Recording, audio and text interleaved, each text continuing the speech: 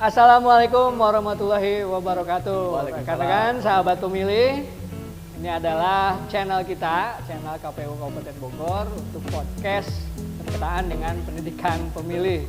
Kali ini kita akan berdiskusi dengan komisioner kita, Pak Heri. Selamat datang Pak Heri, situ tangan dulu ya.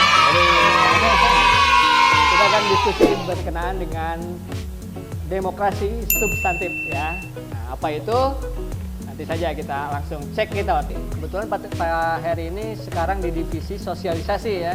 Jadi memang ada benang merahnya juga tuh antara kan sosialisasi dengan pendidikan lah ya. Situ kena.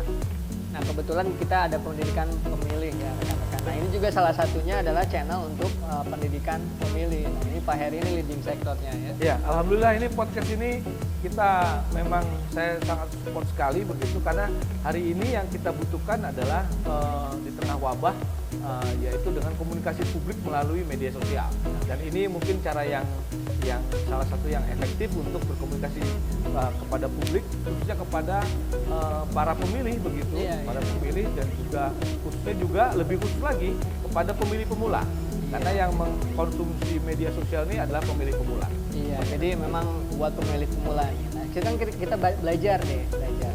Rekan-rekan sebagai pemilih pemula kan penting untuk tahu ya apa sih kerjaannya gitu KPU gitu kan. Nah, ini kita tanyain saja langsung. Jadi Pak, untuk divisi sosialisasi itu sendiri Pak, apa saja yang sedang digarap nih sekarang ini?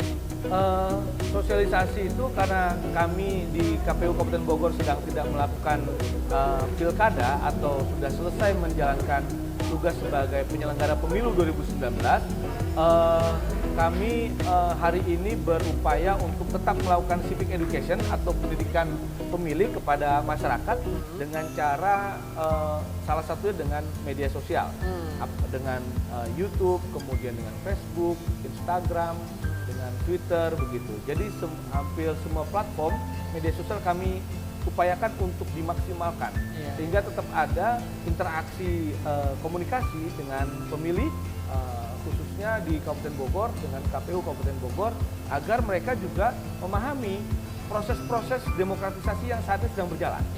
Salah satu yang paling krusial adalah yang pertama adalah pilkada serentak 2020. Iya, sekarang ya. Ya, meskipun KPU Kabupaten Bogor tidak menyelenggarakan pilkada 2020, tapi kami berusaha untuk tetap menyosialisasikan kepada pemilih begitu kepada masyarakat karena Bogor ini ada di banyak berbatasan dengan setidaknya ada dua kota, dua wilayah yang menyelenggarakan pemilu pilkada maksud saya. Yang pertama Kota Depok, kita berbatasan langsung dengan Kota Depok. Yang kedua Kabupaten Cianjur, berbatasan langsung dengan Puncak dan Cianjur begitu. Nah yang ketiga sebenarnya Sukabumi, tapi Sukabumi terpotong oleh Kota Sukabumi. Mungkin di wilayah tertentu mungkin berbatasan juga dengan Kabupaten Sukabumi. Juga sedang menyelenggarakan pilkada 2020. Nah itu yang pertama. Yang kedua adalah pembahasan soal RUU Pemilu. Nah RUU Pemilu itu kan juga sudah mulai dibahas begitu. Sudah mulai diancang-ancang untuk pembahasannya sudah dilakukan oleh Komisi 2 DPR RI dan ini kita menyajikan kepada publik, kepada pemilih begitu, ini yang sedang berlangsung. Misalnya contoh soal pemilu nasional dan pemilu lokal. Kemarin kita menyelenggarakan pemilu serentak 2019 itu dengan 5 kotak. Tapi kemungkinan 2024 pemilu nasionalnya kemungkinan hanya dengan 3 kotak. 3 kotak dengan 3 kotak kemungkinan. Jadi hanya memilih presiden, DPR RI dan DPD. Nah ini 3 kotak ini kemungkinan agak 90% atau 80% lah sudah mendekati final. Nah kemudian ada pemilu lokal. Pemilu lokalnya itu pilkada bupati, kemudian pilkada gubernur dan kemungkinan berbarengan dengan DPRD-nya. Atau enggak mungkin berbarengan juga dua wilayah itu. Jadi ini masih berlangsung diskusinya.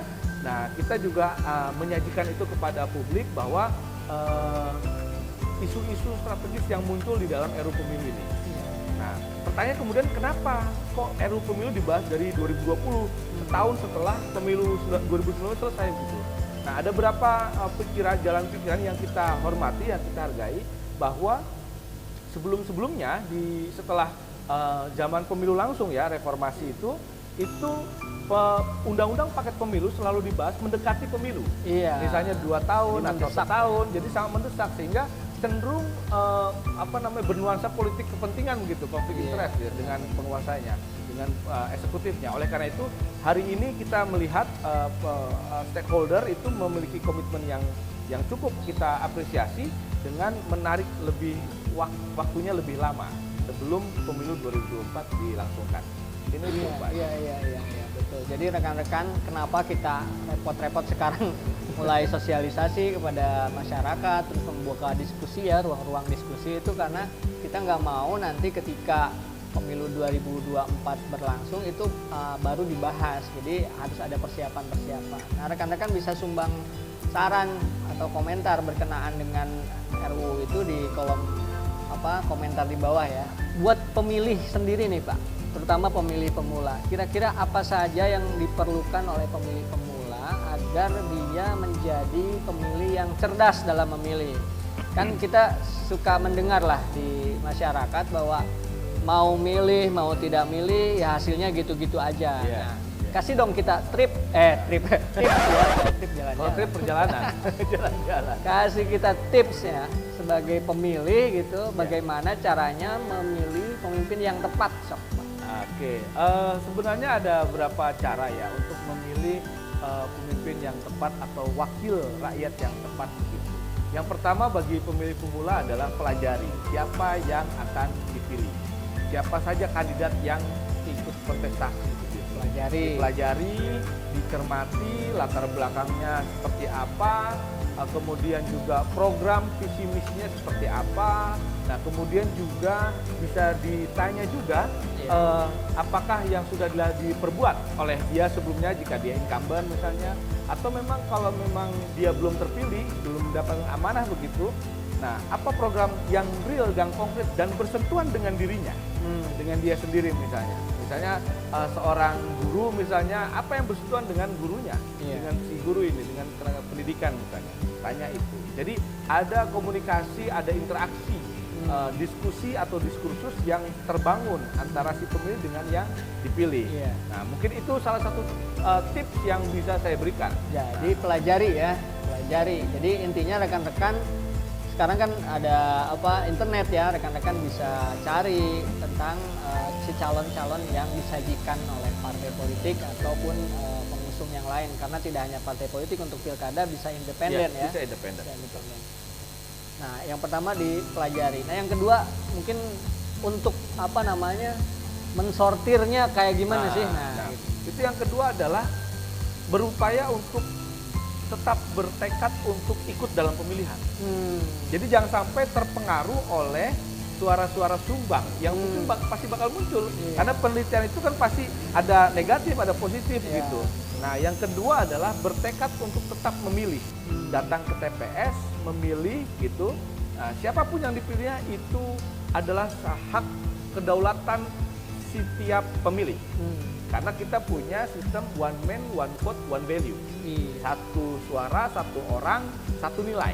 Nah, tapi yang jelas harus datang ke TPS. Harus datang ke TPS Harus datang ya. ke TPS. Nah, rekan-rekan secara statistik untuk pilkada saja, kalau rekan-rekan tahu bahwa anggaran pilkada itu kalau dihitung satu orang itu sebetulnya kita menyumbang satu orang itu paling tidak Rp35.000.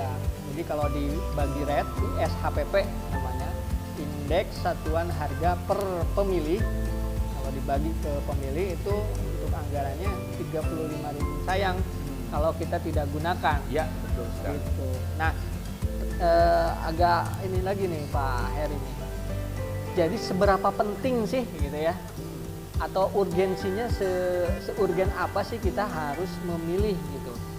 Karena kan biasanya walaupun di hari pemungutan suara itu hari libur atau hari yang diliburkan, tetap saja mungkin ada kepentingan-kepentingan lain atau keperluan-keperluan lain yang mendesak, yang bisa jadi lebih penting daripada sekedar memilih. Nah, ini kita pengen tahu sepenting apa sih memilih? Iya. Dalam demokrasi, karena kita menganut one man, one vote, one value, itu satu orang itu sangat bernilai. Sangat bernilai ya? Sangat bernilai suaranya. Jadi tidak hanya sekedar datang, TPS asal coblos begitu, tidak. Tapi suara itu adalah bagian daripada secara filosofis ya. Ya. Itu ada bagian pemberian mandat. Pemberian Mandat karena dalam demokrasi itu kedaulatan rakyat sesungguhnya ada pada kedaulatan tertinggi atau kekuasaan tertinggi itu ada pada rakyat. pada rakyat. Ya, karena pada rakyat itulah yang terdiri dari jutaan orang itu, karena dipecah kemudian menjadi per individu.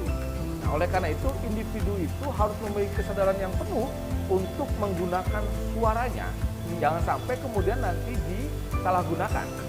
Artinya disalahgunakan maksud saya sudah terdaftar dalam pemilih tapi tidak digunakan. Sehingga kemungkinan dari presentasi jumlah pemilih hanya berapa persen yang menang. Sehingga dampaknya adalah pada legitimasi. Nah, oleh karena itu yang kemudian perlu dicermati begitu.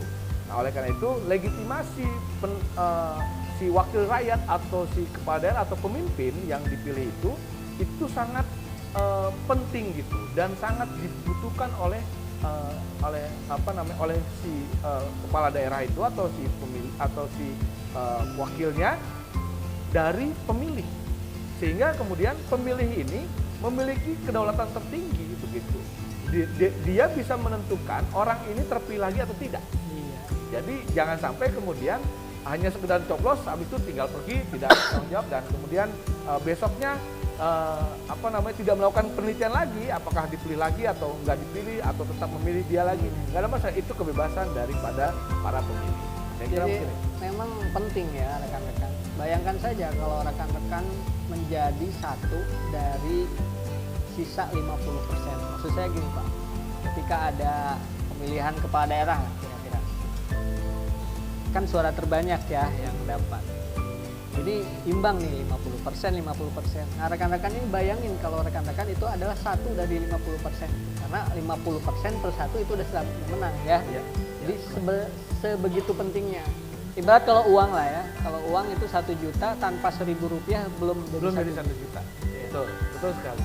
Jadi memang kalau dalam diskursus seperti misalnya beberapa pemikir yang mengatakan bahwa demokrasi kita ini kan demokrasi yang benar-benar harus mewujudkan keinginan atau menyerap aspirasi masyarakat kan begitu.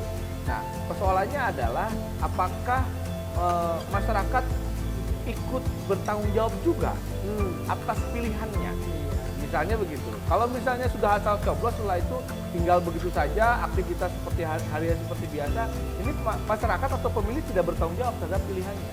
Tapi ketika dia bertanggung jawab, dia akan ikut turut juga mengawal proses atau perjalanan kepemimpinan si kepala daerah ataupun si wakil rakyat tadi.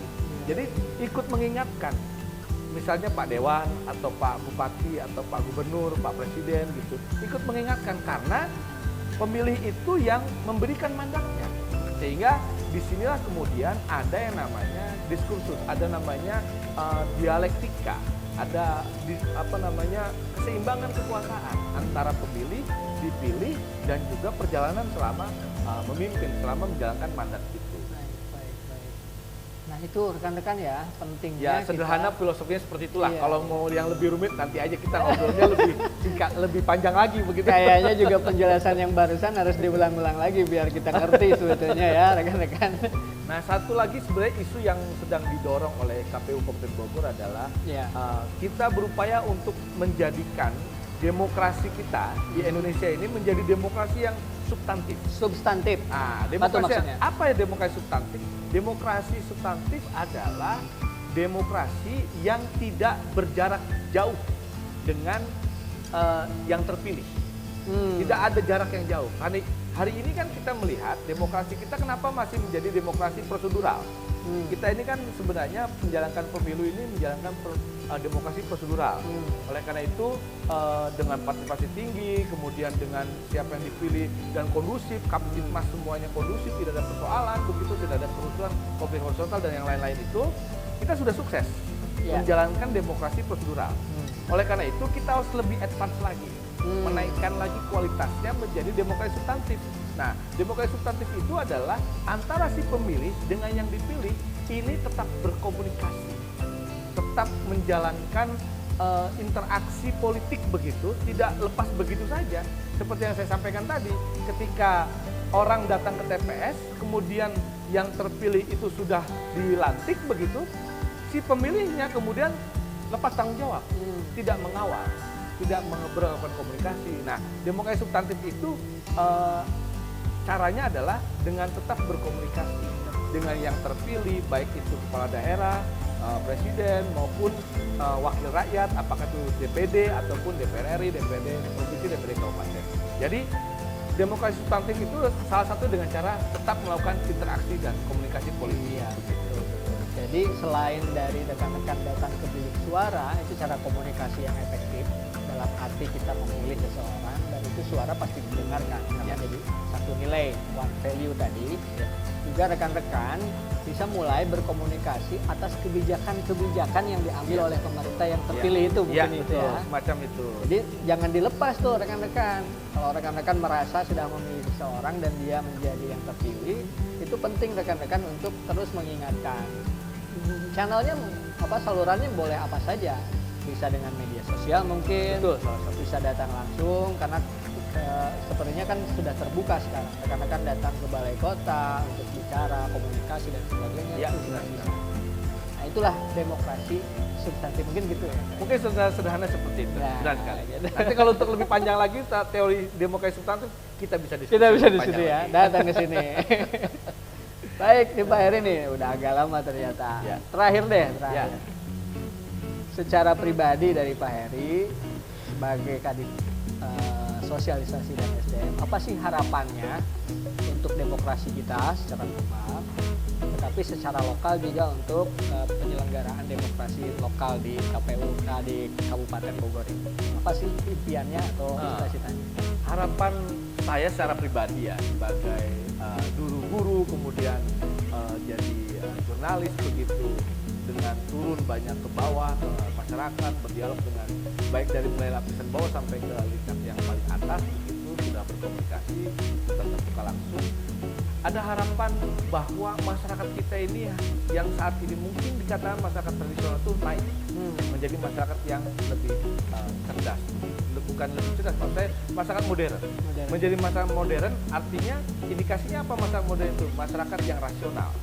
Nah, oleh karena itu masyarakat yang rasional itu menentukan, karena masyarakat yang rasional adalah pemilih rasional.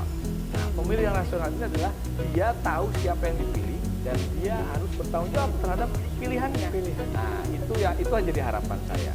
Nah, kemudian yang kedua terhadap demokrasi kita ini harus punya demokrasi yang lebih matang.